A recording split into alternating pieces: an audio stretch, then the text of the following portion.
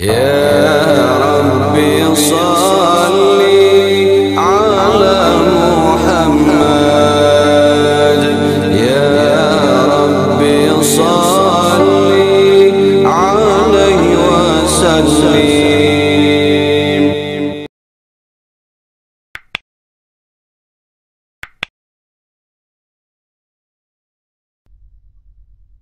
Salafi atau salafiyah adalah sebutan untuk kelompok atau paham keagamaan yang dinisbatkan kepada Ahmad Taqiyuddin Ibnu Taimiyah 661 Hijriah sampai 728 Hijriah, atau yang sering dikenal dengan panggilan Ibnu Taimiyah. Salafi atau salafiyah itu sering dipahami sebagai gerakan untuk kembali kepada Al-Quran dan Sunnah Rasulullah Shallallahu Alaihi Wasallam beserta para sahabat beliau. Wahabi atau Wahabiyah adalah sebutan untuk kelompok atau paham keagamaan yang dinisbatkan kepada pelopornya yang bernama Muhammad bin Abdul Wahhab. Sebetulnya, nama Wahabi ini tidak sesuai dengan nama pendirinya, Muhammad, tetapi begitulah orang-orang menyebutnya. Sedangkan para pengikut Wahabi menamakan diri mereka dengan Al-Muwahhidun, orang-orang yang mentauhidkan Allah. Meskipun sebagian mereka juga mengakui sebutan Wahabi. Kedua paham di atas, Salafi dan Wahabi, sebenarnya memiliki hubungan tidak langsung yang cukup erat, yaitu bahwa Muhammad bin Abdul Wahhab adalah termasuk pengagum Ibnu Taimiyah dan banyak terpengaruh oleh karya-karya tulis Ibnu Taimiyah. Itulah mengapa kedua ajaran mereka memiliki kesamaan visi dan misi, yaitu kembali kepada Al-Quran dan Sunnah Rasulullah Shallallahu Alaihi Wasallam beserta para sahabat beliau. Sehingga apa saja yang mereka anggap tidak ada perintah dan anjurannya di dalam Al-Quran, Sunnah, atau atsar sahabat Nabi Shallallahu Alaihi Wasallam, langsung mereka anggap sebagai bid'ah, perkara baru yang diada-adakan, yang diharamkan dan dikategorikan sebagai kesesatan. Betapapun bagusnya bentuk suatu kegiatan keagamaan tersebut, dengan dasar hadis Nabi Shallallahu Alaihi Wasallam, kullu bid'atin dhalalah wa kullu dhalalatin finnar. Setiap bid'ah adalah kesesatan, dan setiap kesesatan akan dimasukkan ke dalam neraka. Dengan visi dan misi inilah, maka para pengikut mereka di zaman ini menamai diri mereka dengan sebutan Ahlu Sunnah wal Jamaah, penganut sunnah Nabi Muhammad Sallallahu Alaihi Wasallam dan para sahabat beliau, yang pada hakikatnya berbeda dari pengertian Ahlu Sunnah wal Jamaah yang dipahami oleh para ulama Islam di dunia, yaitu yang mempunyai hubungan historis dengan Al-Asy'ari dan Al-Maturidi. Visi kembali kepada Al-Quran dan Sunnah Rasulullah Sallallahu Alaihi Wasallam serta para sahabatnya tersebut telah mendorong mereka untuk melaksanakan sebuah misi memberantas bid'ah dan khurafat. Sekilas visi dan misi itu terlihat sangat bagus, namun dalam prakteknya ternyata seringkali menjadi sangat berlebihan. Mengapa? Karena semua bid'ah dan khurafat yang mereka anggap sesat dan wajib diberantas itu mereka definisikan sendiri tanpa mengkompromikan dengan definisi atau penjelasan para ulama terdahulu. Terbukti pada masa hidupnya saja, baik Ibnu Taimiyah maupun Muhammad bin Abdul Wahhab sudah dianggap aneh, bahkan cenderung dianggap sesat ajarannya oleh para ulama pengikut empat mazhab, Hanafi, Maliki, Syafi'i, dan Hambali, yang keseluruhannya menganut paham Ahlu Sunnah wal Jamaah. Hal itu terjadi karena Ibnu Taimiyah kerap kali mengeluarkan fatwa-fatwa ganjil mengenai akidah atau syariat yang menyelisihi ijma para ulama. Sehingga ia sering ditangkap, disidang, dan dipenjara, sampai-sampai ia wafat di dalam penjara di Damaskus. Dan tercatat ada 60 ulama besar, baik yang sezaman dengan Ibnu Taimiyah maupun yang sesudahnya, yang menulis pembahasan khusus untuk mengungkap kejanggalan dan kekeliruan pada sebagian fatwa-fatwa Ibnu Taimiyah dalam begitu banyak karyanya. Lihat Al-Maqalat As-Sunniyah karya Syekh Abdullah Al-Harari. Sedangkan Muhammad bin Abdul Wahhab yang datang belakangan jauh lebih beruntung. Ia didukung oleh seorang raja yang berhasil menguasai Mekah, Hijaz, yang bernama Muhammad bin Saud atau lebih dikenal dengan Ibnu Saud, penakluk Hijaz ke-1 tahun 1803 sampai 1813 Masehi. Penaklukan kedua tahun 1925 Masehi, masa Raja Abdul Aziz bin Saud dengan bantuan Inggris sampai sekarang. Itulah mengapa Mekah, Madinah, dan sekitarnya sekarang dikenal dengan Saudi Arabia, dinisbatan kepada Ibnu atau bin Saud, atau Alu Saud atau keluarga Saud. Dengan dukungan kekuasaan dan dana dari Raja Ibnu Saud itulah, maka ajaran Wahabi menjadi paham wajib di Saudi Arabia dan menyebar luas sekaligus membuat resah umat Islam di negeri-negeri yang lain. Mengapa Wahabi dianggap meresahkan? Karena fatwa-fatwa ulama Wahabi tentang bid'ah dan khurafat yang disebarluaskan itu seringkali berbenturan dengan adat istiadat atau tradisi keagamaan umat Islam di masing-masing negeri. Padahal tradisi mereka itu telah berlangsung sejak puluhan bahkan ratusan tahun yang lalu dan telah dijelaskan kebolehan atau keutamaannya oleh para ulama ahlu sunnah wal jamaah.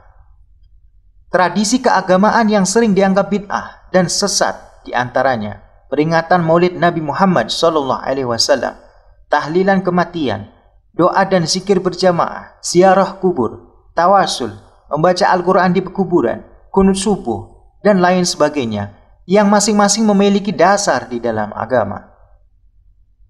Jelasnya, keresahan itu muncul karena fatwa-fatwa para pengikut Muhammad bin Abdul Wahab, Wahabi, bertentangan dengan fatwa-fatwa mayoritas ulama yang dijadikan pedoman oleh mayoritas umat Islam di dunia.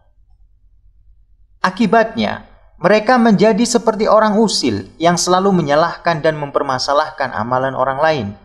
Lebih dari itu, bahkan mereka menganggap sesat orang yang tidak sejalan dengan Wahabi. Untuk lebih jelas, baca I'tiqad Ahlussunnah wal Jamaah karya Kiai Haji Sirajuddin Abbas, diterbitkan oleh Pustaka Tarbiyah Jakarta. Juga baca Maqalat As-Sunniyah fi Kashfi Dhalalatin Ibnu Taimiyah karya Syekh Abdullah Al-Harari, diterbitkan oleh Darul Masyari Al-Khairiyah Libanon. Ajaran Salafi Ibnu Taimiyah dilanjutkan oleh murid-muridnya, di antara yang paling dikenal adalah Ibnul Qayyim Al-Jauziyah. Sedangkan ajaran Wahabi disebarluaskan oleh para ulama Wahabi yang diakui di Saudi Arabia. Yang paling dikenal di antaranya adalah Nasiruddin Al-Albani, Abdul Aziz bin Baz, Saleh Al-Utsaimin, Saleh bin Fauzan Al-Fauzan, Abdullah bin Abdurrahman Al-Jibrin, dan lain-lain. Namun begitu, kita berusaha bersikap proporsional dalam menyikapi ajaran yang mereka sampaikan. Artinya, apa yang baik dan sejalan dengan pendapat para ulama mayoritas, maka tidak kita kategorikan ke dalam penyimpangan atau kesesatan. Perlu diketahui bahwa meskipun dasar kemunculannya berbeda, namun belakangan Salafi dan Wahabi seperti satu tubuh yang tidak bisa dibedakan, yaitu sama-sama memandang sesat atau bid'ah terhadap acara peringatan Maulid Nabi Muhammad SAW, tahlilan kematian, ziarah kubur, tawasul, menghadiahkan pahala kepada orang meninggal, berdoa dan berzikir berjamaah, bersalaman selesai sholat berjamaah, membaca Al-Quran di pekuburan, berdoa menghadap kuburan, dan lain sebagainya. Dan boleh dikatakan bahwa Salafi dan Wahabi sekarang sudah menjadi mazhab tersendiri yang lebih ekstrim dalam berfatwa ketimbang Ibnu Taimiyah atau Muhammad bin Abdul Wahab sendiri. Di Indonesia, fatwa-fatwa Salafi dan Wahabi banyak disebarluaskan oleh para mahasiswa atau sarjana yang sebagian besarnya adalah alumni perguruan tinggi di Saudi Arabia atau mereka yang mendapat beasiswa di lembaga pendidikan Saudi Arabia. Di samping itu, paham Wahabi juga disebarluaskan melalui buku-buku terjemahan yang kini menghiasi berbagai toko buku atau stand-stand pameran buku. Bahkan buku-buku mereka juga dibagi-bagi secara gratis. baik melalui Atase Kedubes Saudi Arabia maupun lembaga pendidikan Saudi Arabia seperti Lipia atau yang lainnya. Buku-buku seperti itu juga dibagikan kepada semua jamaah haji secara gratis setiap tahunnya. Akibatnya, sebagian mereka mengalami perang batin dalam menimbang-nimbang kebenaran. Di Indonesia juga terdapat ormas-ormas Islam yang prinsip dasar atau metodologi ajarannya sama atau hampir sama dengan Salafi dan Wahabi, seperti Muhammadiyah, Persis, Al-Irsyad, PUI, Persatuan Umat Islam, Padri, Sumatera Tawalib, dan lain-lain. Lihat Ensiklopedia Islam, PT Ikhtiar Baru, Van Hoof, Jakarta, jilid 4 halaman 205. Hanya saja, ada sebagian yang tidak se-ekstrim mereka.